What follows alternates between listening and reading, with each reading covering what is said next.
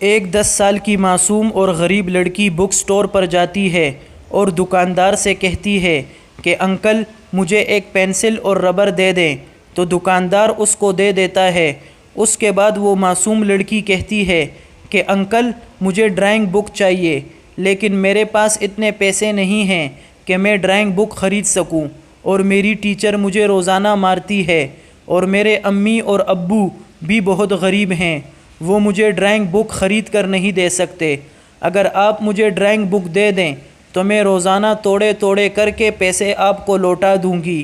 تو دکاندار بہت اچھے تھے، اس نے معصوم اور غریب لڑکی کی مدد کی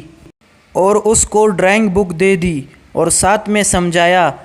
کہ بیٹا کسی اور دکاندار کے پاس نہیں جانا، اور نہ ہی یہ باتیں کسی اور دکاندار کے پاس جا کے کرنا۔ جب بھی تمہیں کسی چیز کی ضرورت ہو میرے پاس سے لے جایا کرو۔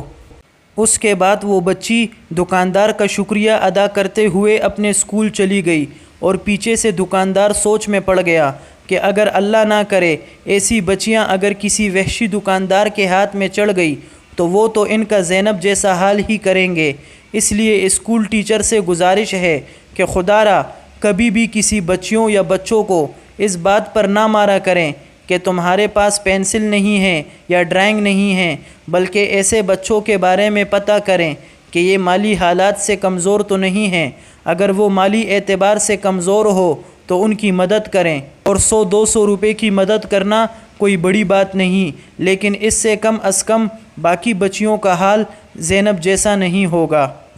دوستو اگر آپ ہمارے چینل پر نئے ہیں تو ہمارے چینل کو سبسکرائب کریں۔